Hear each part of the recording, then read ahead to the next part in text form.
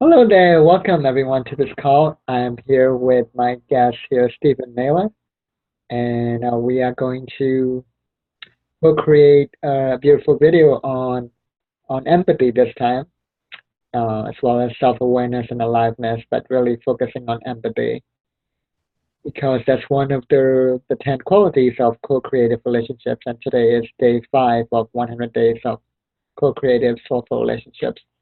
And 10 qualities of soulful relationships is from this book, The Future of Love. And empathy is one of them. And I wanted to start off by reading from this book, a passage on empathy. And it says here, empathy is feeling with, embracing another's hardship as your own. As a hunter, moved by the fear in the wild deer's eyes, lets him run free in the forest. When we have empathy, we can abandon the endless, frustrating project of getting our own needs met and gradually develop our capacity to see another's suffering. We do this because we recognize for a moment, an hour, or a lifetime that others also have needs. We pull ourselves consciously out of our relentless self-focus and decide to attend, to feel with them. Suddenly we are willing to see and to serve. Instead of being perpetually dragged around by an endless, insatiable, silent yearning that never gets fulfilled, we know the grace of being able to look at another's suffering and say, I see your hurts. I see the tragic battering of your spirit. I understand your need, and I'm here to feel it with you, to show you that you are no longer alone. This is the path of empathic compassion that arises from the level of our own soul and washes over the ailing personality, wiping its tears, washing its feet, cleansing its wounds. With such an elegant embracing of another, we can truly feel with them. We do this on the spiritual level. In a moment of grace, we open the frame of the context and start asking the larger questions. How can I love in this situation? What must I understand about this other person in order to gather him into a healing embrace of emotion? How can I quietly, gracefully join with him in his suffering? And that's from this book. And it's interestingly, she mentioned grace as well, which is also your heart virtue. So first, tell us what your heart virtue is. Well, it's really co-creating grace through harmony and synergy into something greater. Yeah. And my key points are really I feel, I can feel them. I feel grace. I feel empathy, harmony. I mean, I love when people come together and they, with different strengths, and they're able to boost each other up. Um, and whether it's they're producing something or they're engaging in some sort of a relationship. It doesn't have to be a romantic relationship. It could be any type of relationship, but they're really lifting each other up, and working off each other's strengths. And to me, that's a beautiful thing. So that works off my heart virtue: grace and empathy, synergy, and co-creation. Yeah. And what do you feel when you heard that passage? Like, what are your thoughts and feelings around what we just read? You mean the passage? Oh, the passage you just read. Yeah. Well, it really speaks to what I do. I mean, it's kind of interesting because the career that I picked, I didn't know really what my heart virtue was, but I felt it. I think throughout my whole life, but I was never really able to verbalize it really. But I can feel other people's emotions. I can put myself in their shoes, and I can use that to see or feel what they must be going through. And there's a state of grace in that as well, Mm, too, where there's um, I can feel their hardship, um, and I try to help them become something greater than they were the moment I met them. yeah. And so that's something that kind of drew me to what I do, career-wise, but also it's something I enjoy relationship-wise as well too. Yeah, that's beautiful. And you've actually read the entire book, The Future of Love, right? Yeah. Hmm. Yeah. So what is your main takeaway about this book? Well, I think the main takeaway really was what struck me was that love itself was the most important thing, Mm, where we all get kind of stuck on how it's supposed to look like or the form it's supposed to take. But I can experience love in a lot of different forms, whether it's a friendship type of a love, or whether it's a romantic kind of a love, or even just a love for the people that I work with or meet on a daily basis. So there's different forms of that, and it also was uh, prior to reading that book, I also had an all or nothing kind of a viewpoint where, mm. boy, if I didn't get the whole enchilada, then it really wasn't worth having that type of having a relationship with somebody. But I can love them for whatever they bring to the table, and everybody brings something a little bit different. So I can enjoy that person's presence for what they bring, and then somebody else will bring something else, and somebody else will bring something else, and the form that takes is irrelevant, but the love itself is what's the most important. That's a great point. And when you have that relaxed, open attitude towards love, you also have more grace in your life, actually. Yeah, absolutely. I mean, it really is grace. It's allowing people to be who they are and allowing myself to be who I am, regardless of who I'm with. So it works both ways. And I think if we're both free to be who we are, that also opens up space to lifting each other up instead of criticizing or putting each other down. Yeah. And a lot of people don't have an empathy as a core strength like you have. So for those who want to have more empathy in their lives, like to have to build that skill, like what's something you would recommend? Wow.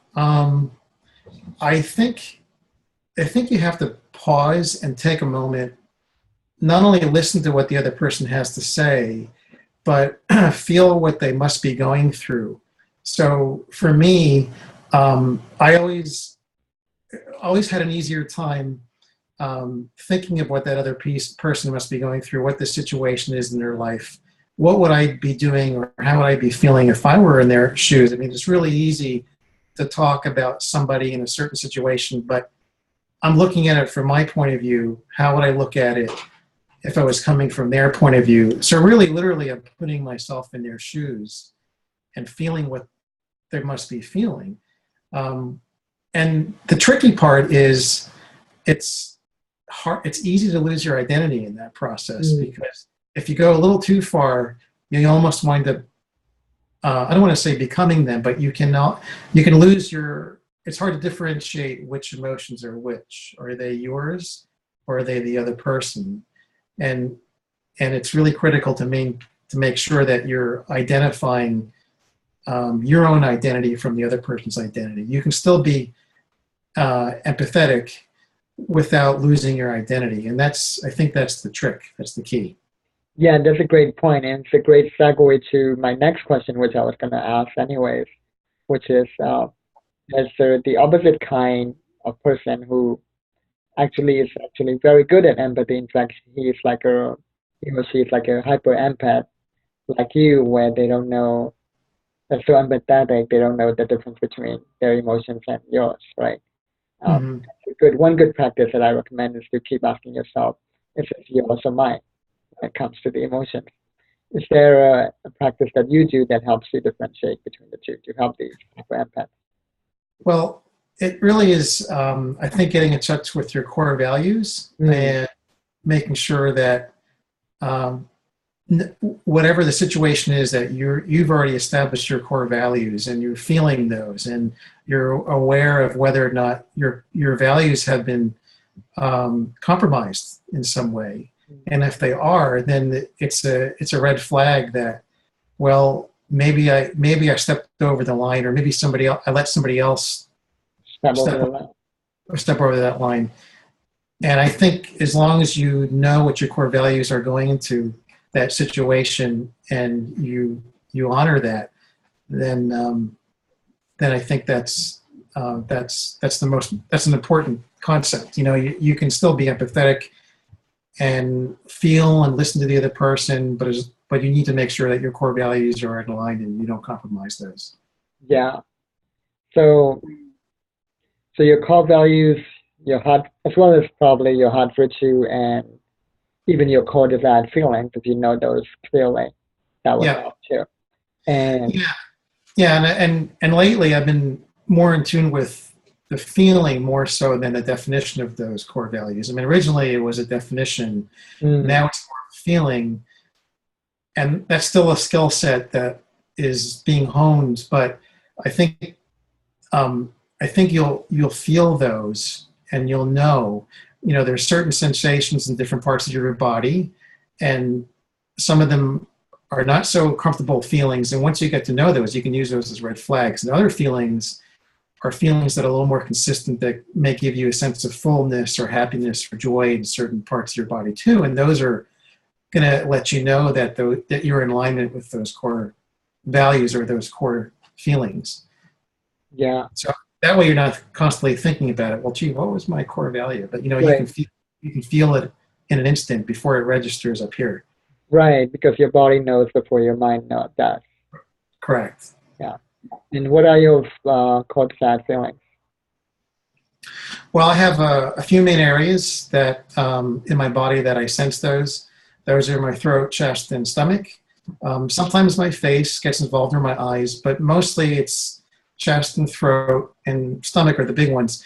And it's more of a fullness kind of a feeling. And it's just a feeling of fullness, maybe warmth. At sometimes it could be a rush, you know, if it's like a real energetic, happy kind of a sensation, or it could be just a full, quiet, content kind of a sensation as well too, depending on the situation I'm in.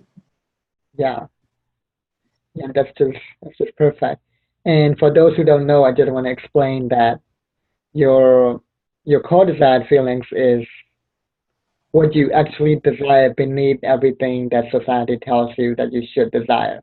So, for Absolutely. example, if you want more money, what you actually desire is not so much the money, but the feeling of safety and security, for example. And even that might be a shallow example because even beneath that feeling, there might be a feeling of freedom that you actually desire. And we can just keep digging and until we get into the core desired feelings and then connect to the body sensations. You know, and how we connect to that is by visualizing the physical goal that we want, whether it's say money or having a girlfriend, for example, and then Or cat. a cat, yeah, and then seeing how our body responds to that, right? And that's one way to find out. Because everything we've ever wanted was actually what we just want to feel good. That's beneath everything we want. So that's Yeah. one level. And then your heart virtue is really your deepest part of you, your deepest core value. But it's also more than a value. It's the deepest aspect of being or the divine that you fully, that you specifically came here to embody that is unique to you. Yeah. Yeah. So that's what it is. And I noticed since I helped you unlock both your cortisol feelings and your heart virtue. Since doing that, you've gone through some major changes in your life. And I one thing that struck me was your one of your new Facebook cover photos where you had the picture of the logs intertwining with each other. Yeah. Yeah. So what was that about? Well, that was on a. I mean, I like to go hiking and I enjoy the outdoors, and I always attracted to different textures and contrasts. But I think, and I never really knew why, and I think one of the reasons why is because the contrasts in and of themselves, like a black and white picture, for instance, if you remove the color, you're removing a lot of the distractions, and you're forced to look at the contrasts. And the contrasts are they work off each other um, in a harmonious way, in a synergistic way, and to produce a bigger picture. So the dark and the light contrast are actually working together to lift each other up, so to speak, Mm, and produce something greater. And as far as the logs was concerned, that was also, to me, I saw a state of grace, a state of harmony, where each log was coming together and lifting the next one up on top of the other one. and it just kind of kept going and going and going. But also you had the black and white contrasts, and it was very synergistic, very harmonious, and that's what I saw when I saw that. And it was Wow. no building, and I look for those sorts of things, when I feel them, I guess, more than anything. It just kind of spoke to me, so I took the picture of that, and I enjoyed that. That is great. And oh, you took that picture. I took the picture, yeah. Awesome. And you turned it into black and white. Yeah. Great. Yeah. And it's almost like, there is poetry in words, there's poetry in motion, but there's also poetry through images and paintings and photography. So it was hmm almost like a poetry via imagery. Absolutely. Yeah. And it also reflected building each other up as well, Correct. which is Yeah. uh, which is an aspect of your heart virtue as well. hmm So I think you will enjoy this game that we're about to play because it's all Okay. about building each other up. So there are two parts to this. It's originally known as the noticing game, but I added my own layer to it. So in the original noticing game, what we do is I start off with a single line such as, when I'm with you right now, I notice that I'm feeling, and then fill in the blank. And then you respond to that with, when I hear that, I notice that I'm feeling, fill in the blank. And then we just go back and forth with the second line. But I decided to add my own twist to it and add a second line. So it goes like Uh-oh. this. Okay. When I'm with you right now, I know it can sound a little, it's easier than it sounds. Like, Okay. so the first line is, when I'm with you right now, I'm noticing that I'm feeling, fill in the blank.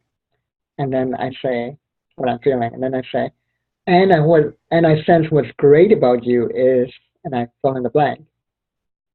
And then you respond you know, to that statement with, when I hear that, I'm noticing that, fill in the blank. And then you add the line, and what I sense what's great about you is, fill in the blank.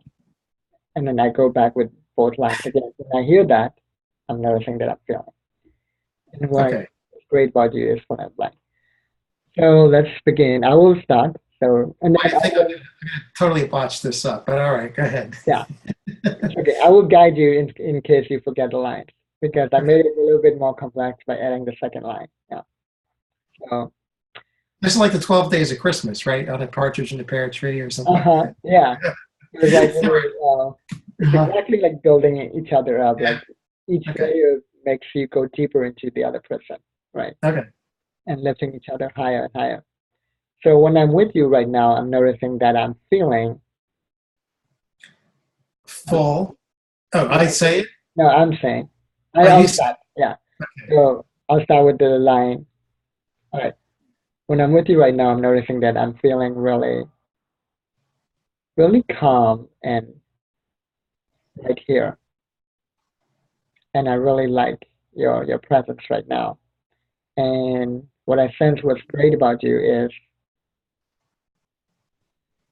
really your ability to make sense of things and also as well as your presence right now. And now you respond with, when I hear that, I'm, I'm feeling, fill in the blank. When I hear that, I'm feeling happy. I'm feeling full inside. You've been able to see part of me that I haven't been able to see in myself, and you've allowed me to lift myself up with your help to something greater, which is really part of my heart virtue. Um, and then I guess you're the next line. Yeah. Okay. And when I hear that, I'm noticing that I'm feeling seen by you, and I'm feeling appreciation and gratitude for your appreciation and gratitude for me, and for your ability to really see me at that level, and to see my ability to really bring out the the treasure in you that I saw from day one. And I'm glad you really appreciate that. And what I sense what's great about you is that you have the ability to really bring people together in harmony, just like your heart virtue. You do have it inside you. And now that all the layers are stripped away, it's that is you right there, and that's what you're here for. And I just love it. I just admire that. Well, I appreciate that. And when you say that, I also feel, I can feel, and the empathy part of me feels what you must feel as a teacher, that it's very validating for you as well, too. And I can sense that. So that is also a good feeling to me, to know that you're able to help myself, not just me, but other people, and you can use that as a stepping stone to aid other individuals in the same manner. But I also sense that you can see things in other people that they can't see themselves, and you're able to strip away those barriers that people are just, they're buried under. They're buried under all these limiting beliefs and barriers and things, and I feel that's a gift that you have, and that you're able to give to the world, and I appreciate that quite a lot. It makes me feel really great that you were able to do that. So I appreciate that. Thank you. And when I hear that, I feel really grateful, and I notice my body like straighting, getting more straight a little, like like taller, my chest open. I feel, yeah, I feel more powerful and more relaxed at the same time. And I sense what's great about you is your ability to really lift people up like that. And you're just doing it for me right now, and it's all because your true self has really come out, and you can just do it just by being you. You're not doing anything special except just being. And I love that. I love the beauty of that. Well, and when you say that, Kundin, I think you've I think I've hit my limit of how far I can go with this. I'm not sure what else to say. Although I feel that we've connected in a way that is very special, and it's something that, I mean, I was very I had a lot of inhibitions when I started this, and now I feel a real strong connection with you, and I consider you my friend, and it's a special friendship, and that's a good example of the love we were talking about in that book. Love comes Hmm. in many forms, and that's Yeah, something that I sense between the two of us, even though great. we're miles and miles apart. I think we're both on the extreme ends of the United States. I think you're on Hmm. the West Coast, I'm on the East Coast, Yeah. but I can still feel that. Hmm. Great. And I'm so happy you feel that. So we can wrap up this game. And I love that it ended in joy. Actually, you just laughing because joy is also one of the themes that has been for this week in several of the calls that I've done for this project. So I love that we hit on that as well. So thank you so much for being on this call, Stephen. Thank you. Yeah. So have a wonderful day, everyone. Thanks, Conan.